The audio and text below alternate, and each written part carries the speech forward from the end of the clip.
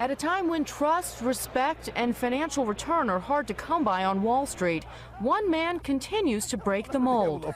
Hi, how are you? A $1,000 investment with Warren Buffett 50 years ago would give you over a $25 million return today. And at a time when the Treasury and the top firm on Wall Street turned to him for advice, we asked what advice he could give to all of us. What are the three things that the average American would take away? If it's too good to be true, it usually is. Always look at how much the other guy is making when he's trying to sell you something, and stay away from leverage. Nobody ever goes broke that doesn't owe money. A long, long time ago, a friend of mine said to me about leverage, he said, you know, if you're smart, you don't need it, and if you're dumb, you've got no business using it.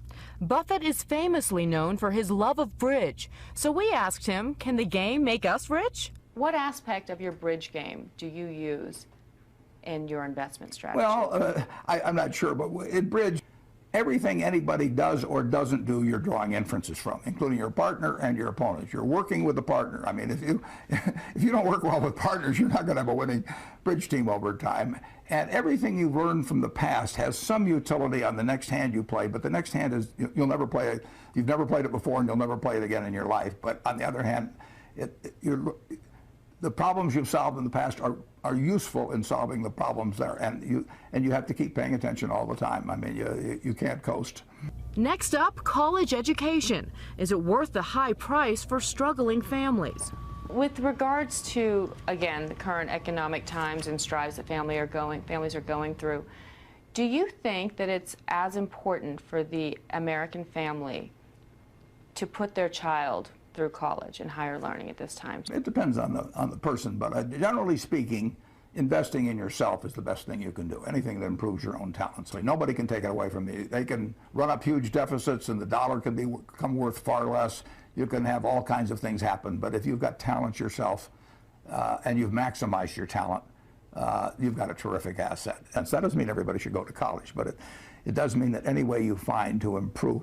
Communication skills are enormously important. I mean, I took a Dale Carnegie course that I paid $100 for, and it was worth a college degree. At least I thought it was. Maybe this interview will convince people otherwise. No, not at all. And while he'd be forced to deduct less from his charitable donations, the world's largest philanthropist is also breaking ranks with many of his fellow billionaires by supporting the president's stance on raising taxes. We need more taxes, too. If people are deterred from making a contribution because they only get a 28% deduction rather than a 35%, when they've had their capital gains only taxed at 15% against a much higher rate in the past, I would say that, you know, you're going to hear from people who say they're going to withdraw giving billions, who in the past have probably given $12.86 or something of the sort.